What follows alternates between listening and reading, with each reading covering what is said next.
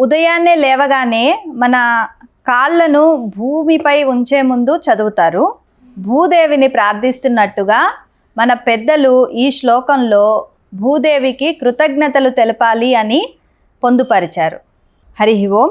ఏకదంత ప్రేక్షకులకి స్వాగతం. ఈనాటి వీడియోలో మనము సముద్రవసనే దేవి పర్వతస్థన మండలే విష్ణుపత్ని నమస్తుభ్యం పాదస్పర్శం క్షమస్వమే, ఈ శ్లోకము దాని అర్థము తెలుసుకుందాము. ఈ శ్లోకాన్ని మనము ఉదయాన్నే లేవగానే మన కాళ్ళను భూమిపై ఉంచే ముందు చదువుతారు. ఎందుకు చదవాలి అనేది దీని అర్థం తెలుసుకున్నాక మనకు బాగా తెలుస్తుంది. సముద్రవసనే దేవి పర్వతస్థన మండలే విష్ణుపత్ని నమస్తుభ్యం పాదస్పర్శం క్షమస్వమే. పదవిభాగం చేద్దాము. సముద్రవసనే దేవి పర్వతస్థన మండలే విష్ణుపత్ని నమస్తుభ్యం పాదస్పర్శం క్షమస్వమే. ఇక్కడ నమః తుభ్యం క్షమస్వమే ఈ పదాలు విడతీయాలి. ప్రతిపదార్థం సముద్రవసనే, సముద్రాన్ని వస్త్రముగా ధరించిన తల్లి దేవి మాత.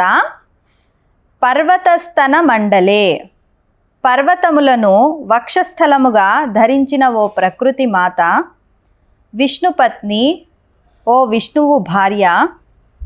తుభ్యం నమః, నీకు నమస్కారము. మే, నా యొక్క. పాదస్పర్శం, నా పాదములతో నీ పవిత్రమైన శరీరముపై తాకబోతున్నాను. క్షమస్వ, నన్ను క్షమించు అమ్మా అని. అంటే ఉదయము లేచినప్పటి నుంచి తిరిగి మళ్ళీ పడుకునేంత వరకు మనము భూమిపైనే నడుస్తూ అన్ని పనులు చేస్తూ ఉంటాము. అంటే భూదేవిని మన పాదాలతో తాకడము, పరిగెత్తడము, తన్నడము, ఎగరడము ఇవన్నీ కూడా జరుగుతున్నాయంటే భూమాతని మనము పాదాలతో అవమానిస్తున్నాము అన్న భావనతో ముందుగానే క్షమించమని కోరుకోవడము ఈ శ్లోకం యొక్క గూఢార్థం. దీంట్లో వ్యాకరణాంశాలు చూద్దాం. సముద్రవసనే, సముద్రః ఏవ వసనం యస్యాః సా, బహువ్రీహి సమాసమిది. పర్వతస్థన మండలే, పర్వతానాం స్థానేషు మండలాని యస్యాః సా, ఇది బహువ్రీహి సమాసం. పాదస్పర్శం, పాదయోః స్పర్శం, షష్ఠీ తత్పురుష సమాసం. తర్వాత ధాతువులను చూద్దాము.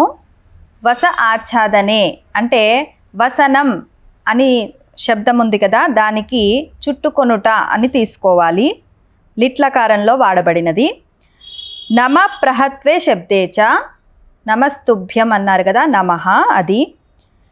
క్షమ సహనే అంటే సహించుట, క్షమతే. స్పృశ సంస్పర్శనే, దీంట్లో స్పృశతి అనే ధాతువుకి ఘై ప్రత్యయం చేర్చడం వల్ల స్పర్శం అని ఏర్పడినది. కాబట్టి ఉదయాన్నే లేవగానే మనము భూమిపై కాలు పెట్టే ముందు భూదేవిని ప్రార్థిస్తున్నట్టుగా మన పెద్దలు ఈ శ్లోకంలో భూదేవికి కృతజ్ఞతలు తెలపాలి అని పొందుపరిచారు. ధన్యవాదములు.